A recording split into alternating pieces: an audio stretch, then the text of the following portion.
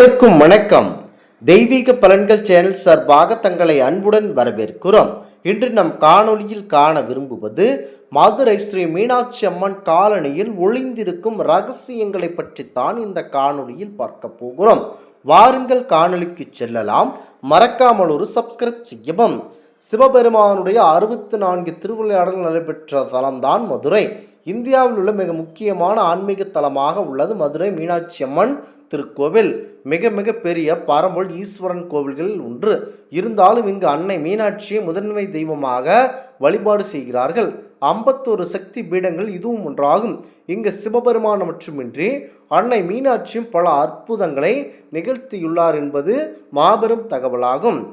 மதுரையை ஆண்டு வந்த மன்னர்களுக்கு மட்டுமல்ல, ஆங்கிலேயர்களுக்கும் அருளாசி செய்து திருக்காட்சி அளித்துள்ளாள் அன்னை பரம்பொருள் மீனாட்சி அம்மன் அவர்கள். அன்னை மீனாட்சி அம்மன் மீது ஆங்கிலேய அதிகாரி கொண்ட தீவிர பக்தியும் அவருக்கு அன்னை அருள் செய்ததை போற்றும் வகையில் இன்றும் அவர் காணிக்கையாக கொடுத்த விலை உயர்ந்த ஆபரணங்கள் அன்னை மீனாட்சிக்கு அணிவிக்கப்பட்டு வருகிறது. அந்த அற்புத கதையை பற்றி அனைவருக்கும் தெரிந்து வைத்திருக்க வேண்டும். மதுரை மீனாட்சி அம்மனை பற்றி தெரியாமல் இருக்க தமிழகத்தில் எவரும் இருக்க முடியாது. அவ்வருடத்தின் 365 நாட்களும் அம்மனுக்கு திருவிழா நடைபெறும் கோவில் என்றால் அது பரம்பொருள் மதுரை மீனாட்சி அம்மன் கோவில்தான். இதில் விசித்திரமான வழிபாடு முறைகளும் கடைபிடித்து வருகின்றன. இது மக்களிடையே மாபெரும் விசித்திரமாகவே பேசப்படுகிறது. இவை இன்றும் நெட்டல்ல, பல நூற்றாண்டுகளுக்கு முன்பு துவங்கி இன்று வரை பின்பற்றப்பட்டு வரும் ஒரு ஆன்மீக தெய்வ காரியமாகும்.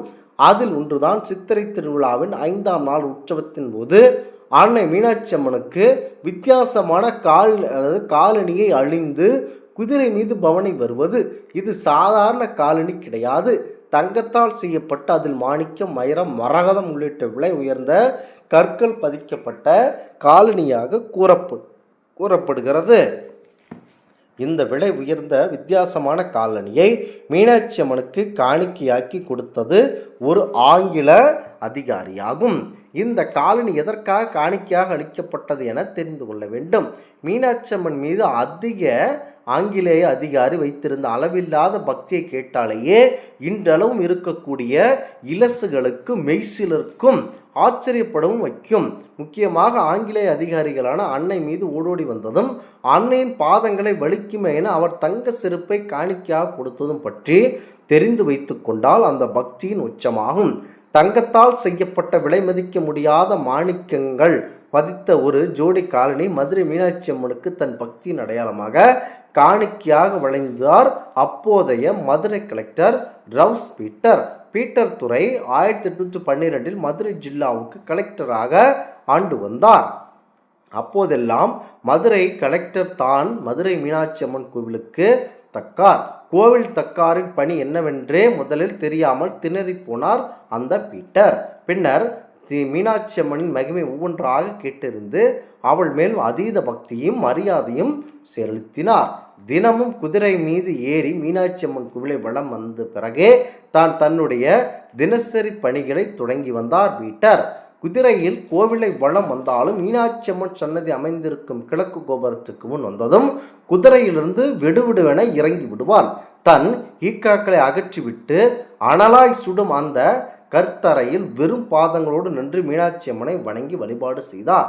தினமும் கோவில் வாயிலில் நின்று மனமுருக வணங்கும் இந்த பக்தனை பார்த்து மதுரை மக்கள் மட்டுமல்ல, அந்த பாரம்பொருள் மீனாட்சி அம்மனுக்கே மனமுருகி போயிருந்தது. பீட்டர் துரை 16 நீண்ட வருடங்கள் அதாவது 1828 வரை மதுரை மாவட்டத்தின் கலெக்டராக இருந்தார். பீட்டர் ஆங்கிலேயராக இருந்தாலும் கூட நம்முடைய கலாச்சாரத்தையும் ஆன்மீக உணர்வுகளையும் பெரிதும் மதித்தவராக இருந்தார். தமிழக மக்களோடு தமிழராகவே இருந்தார். அதாவது வராமல் அம்மனின் வழிகாட்டுதலின்படி ஆட்சி செய்தார். தங்களிடம் மிகுந்த பரிவு காட்டிய இந்த கலெக்டர் மதுரை பீட்டர் மக்கள் பாண்டியனே என அழைத்தார். அதாவது மக்கள் பீட்டர் பாண்டியன் எனவே அழைத்தார்கள். ஒரு நாள் இரவு மதுரையில் இடியும் மின்னலுமாக பெருமழை பெய்தது.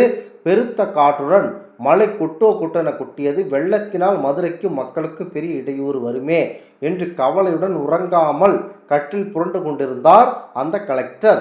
நள்ளிரவில் பங்களாவுக்கு வெளியே ஒரு சிறுமி அழைப்பது போல பீட்டருக்கு கேட்டது.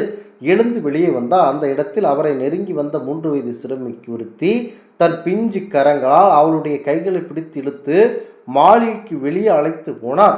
சிறுமியும் கலெக்டரும் வெளியே வந்தது தான் தாமதம். அந்த மாளிகை அப்படியே இடிந்து விழுந்தது. மிரண்டு போனார் பீட்டர். தன்னை ஆபத்திலிருந்து காப்பாற்றி அந்த சிறுமிக்கு நன்றி சொல்ல தேடினார். சிறுமி காணாமல் போய்விட்டாராம்.